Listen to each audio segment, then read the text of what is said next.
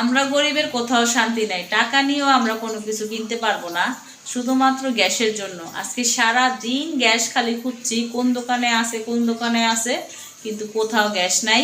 টাকা নিয়ে হাতে লয়ে বসে আছি। 2200 টাকা 2300 টাকা বা 2500 টাকা হলো হেরা মানে গ্যাস দিবে না। করতে পারি নাই এই গ্যাসের যন্ত্রণায়, তো রান্না বান্নাও করি নাই। আগে আগে যা যা ছিল খাওয়ানোর জিনিস ওগুলা খেয়েছি, তো এখন রান্না বান্না শুরু করে দিছি, কারণ আল্লাহ যখন পেট দিছে খেতে তো হবেই।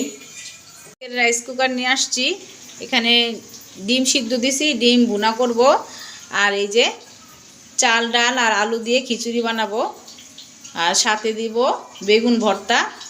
আর এদিকে যে আপনাদের ভাইয়ার জন্য কালকে যে গরুর মাংস রান্না করেছি, ঠিক মতো হয়নি, তো এখন এটা গরম করব, তো সবাই মিলে একসাথে খাবো।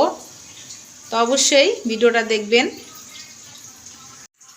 আলহামদুলিল্লাহ আমার রান্না হয়ে গেছে, এই যে দেখেন সেই একটা খিচুড়ি রান্না করে দিয়েছি। আর শীত খিচুড়ির ভিতরে কিন্তু আমি ডিম দিয়ে দিছি, একটু সাশ্রয় করতেছি, সময়ও নাই।